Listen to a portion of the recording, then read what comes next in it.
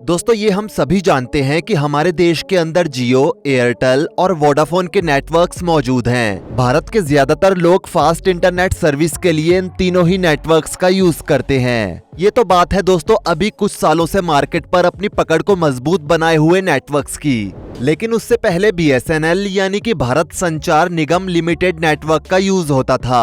हो सकता है कि आज के जमाने के बच्चे इस सिम के बारे में ज्यादा न जानते हों, क्योंकि पिछले कुछ सालों में BSNL मार्केट में खोसा गया था, लेकिन अब एक बार फिर से BSNL ने मार्केट में उतरने की पूरी तैयारी कर ली है। और इस बार BSNL अच्छे नेटवर्क, हाई स्पीड डेटा और बेहतरीन कस्टमर सपोर्ट सर्विस के साथ मार्केट में उतरने जा रहा है। जी हाँ दोस्तों, दरअसल BSNL के साथ टाटा ने कोलैबोरेशन कर लिया है। BSNL ने 4G लॉन्च करने के लिए टाटा ग्रुप के साथ 15,000 करोड़ का स्ट्रेटेजिक कोलैबोरेशन किया है। पर आखिर ऐसा क्या हुआ कि एक समय पर लोगों के दिलो दिमाग से उतर चुका BSNL आज के समय में लगातार लोगों की पहली पसंद बनता जा रहा है। आइए जानते हैं।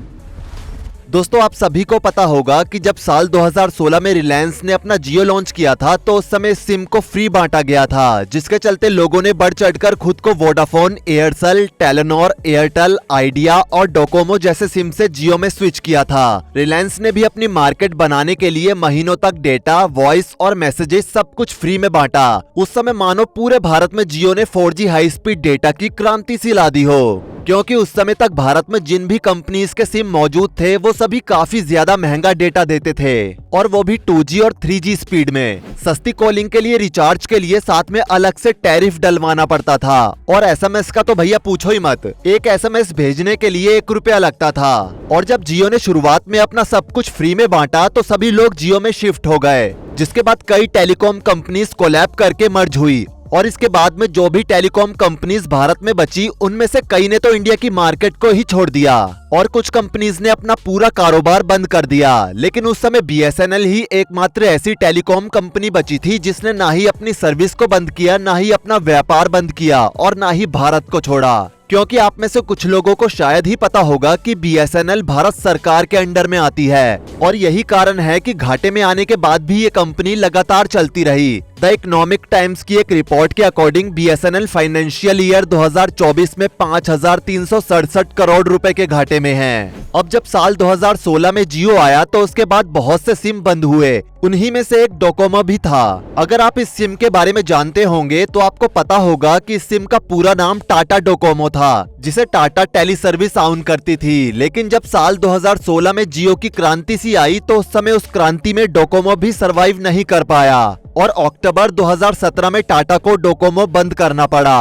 और उसके बाद से ही टाटा लगातार एक बार फिर से टेलीकम्युनिकेशन मार्केट में कदम रखने की सोच रहा था, लेकिन उसे वो मौका नहीं मिल रहा था। पर अंततः उसे वो मौका तब मिला जब जियो, एयरटेल और VI सभी सिम ने अपने रिचार्ज के दाम अचानक से 27% तक बढ़ा दिए। उस समय टाटा ने BSNL के साथ कोलैबोरेशन करने की बात की, और फाइनली BSNL ने खुद का 4G लॉन्च करने के लिए टाटा के साथ हाथ मिला लिया। अब अगर आप सोच रहे हैं कि हमसे कोई गलती तो नहीं हुई, कहीं हमने 5G की जगह 4G तो नहीं बोल दिया, तो नहीं जनाब, ऐसा नहीं है। क्योंकि पूरे भारत में जहां पर 5G लॉन्च हो चुका है और 6G लॉन्च करने की तैयारी चल रही है, वहीं BSNL अभी भी 3G स्पीड पर ही चलता है, और अब BSNL टाटा के साथ मिलकर 4G लॉन्च करने की तैयारी कर रहा है। BSNL ने अपना 4G अभी तक इसलिए नहीं लॉन्च किया था क्योंकि BSNL घाटे के चलते खुद के एम्प्लॉयज को उनकी सैलरी तो टाइम से दे नहीं पा रहा था, तो ऐसे में वो 4G कहां से लॉन्च करता।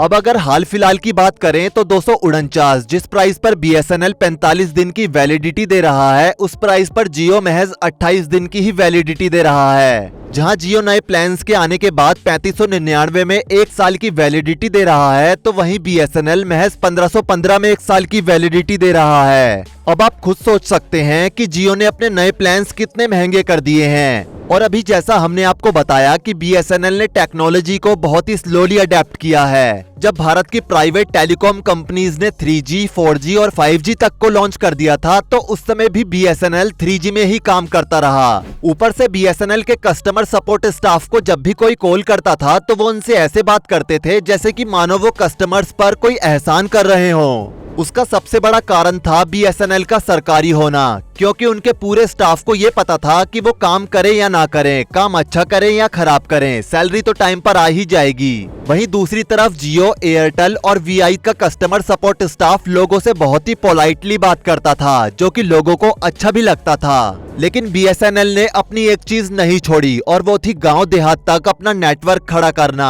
जी हाँ दोस्तों, बीएसएनएल जब आया था तो उसका सिर्फ एक ही मोटो था कि देश के ग्रामीण इलाकों तक कैसे भी करके अपनी सर्विस पहुंचाई जाए, वहां के लोगों को एक बेहतरीन मोबाइल फोन नेटवर्क दिया जाए। और अपने इस प्रयास में बीएसएनएल पूरी तरह से सफल रहा, जबकि वीआई, जियो और एयरटेल ने सिर्फ शहर के लोगों को ही टारगेट किया। अगर आज आप जियो, वीआई या एयरटेल के यूजर हैं और अगर आप किसी भी ग्रामीण इलाके में निकल जाएंगे तो आप देखेंगे कि आपका नेटवर्क ऐसे गायब होगा कि मानो आप अपने नेटवर्क को अपने साथ लाना ही भूल गए हों। और ये समस्या आज भी है। जी हाँ दोस्तों, 5G लॉन्च हो जाने के बाद भी आज भी गांव देहात में नेटवर्क ठीक से नहीं मिल पाता है, क्योंकि इनका मकसद गांव देहात के लोगों तक नेटवर्क पहुंचाना है ही नहीं, क्योंकि इनका मकसद सिर्फ शहर के लोगों को ही नेटवर्क प्रोवाइड करना है। इनका मेन टारगेट होता है बड़े बड़े शहरों को टारगेट करना। तभी तो आप देखेंगे कि अगर आप किसी शहर से हैं तो आपका इंटरनेट बिल्कुल स्मूथ चलेगा, लेकिन अगर आप गलती से किसी भी गांव में होंगे तो आप देखेंगे कि उस समय इंटरनेट आपका साथ छोड़ देगा।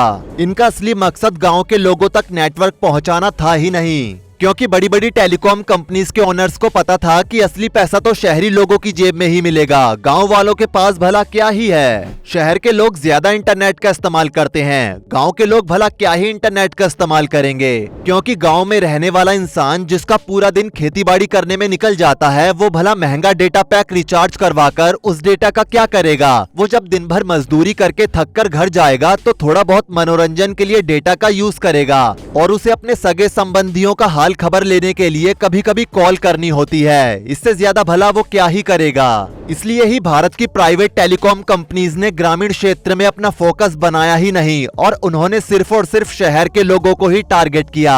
और शुरुआत में रोजाना 1 से 2 GB तक फ्री डेटा देने का वादा करके लोगों पर अपना विश्वास जीतकर उन्हें पहले तो अपना कस्टमर बनाया और फिर समय समय पर रिचार्जेस के दाम भी बढ़ाते रहे। आज प्राइवेट टेलीकॉम कंपनीज के रिचार्जेस का आलम तो ये है कि रोज कमाने खाने वाला आदमी महीने भर का रिचार्ज करवा भी नहीं सकता, और अगर गलती से उसने 1 महीने का रिचार्ज करवा भी लिया और उसके 1 महीने के बाद उसकी वैलिडिटी खत्म हो जाती है तो फिर वो शांति से बैठ जाता है, और फिर जब उसे रिचार्ज की जरूरत लगती है तभी वो दोबारा रिचार्ज करता है, नहीं तो वो शांति से ही बैठा रहता है। आप में से भी कई सारे ऐसे लोग होंगे जो कि ऐसा करते होंगे। क्या किया जाए भाईजान, इंसान रिचार्ज करवाए या फिर और खर्चों को देखे। वो तो भला हो बीएसएनएल और टाटा का, जिन्होंने साथ में कोलैब किया, और अब जल्द ही बीएसएनएल का 4G नेटवर्क सस्ते दामों पर पूरे भारत में लॉन्च होगा। और बीएसएनएल के 4G लॉन्चिंग का काम बहुत ही तेजी के साथ हो भी रहा है, जिसका अंदाजा आप इसी बात से लगा सकते हैं कि बीएसएनएल ने रातों रात पूरे देश में हजारों टावर्स लगाने का काम शुरू कर दिया है। खराब सर्विस और अपने स्लो नेटवर्क की वजह से बदनाम बीएसएनएल अब अपने आप को सुधार चुका है। आज से महीने भर पहले भी कोई ये मानने को तैयार नहीं था कि बीएसएनएल रिवाइव हो सकता है, लेकिन बीएसएनएल में जो टाटा ग्रुप की एंट्री हुई है और दूसरी कंपनीज ने जो अपने दाम बढ़ाए हैं, इसी मौके ने बीएसएनएल को एक बार फिर से खड़े होने का मौका दिया है। दोस्तों, जिस स्पीड के साथ बीएसएनएल के टावर्स पूरे देश में लग रहे हैं, उसने इस बात को कंफर्म कर दिया है कि बीएसएनएल सिम की 4G स्पीड बाकी सिम की 5G स्पीड को भी पछाड़ देगी।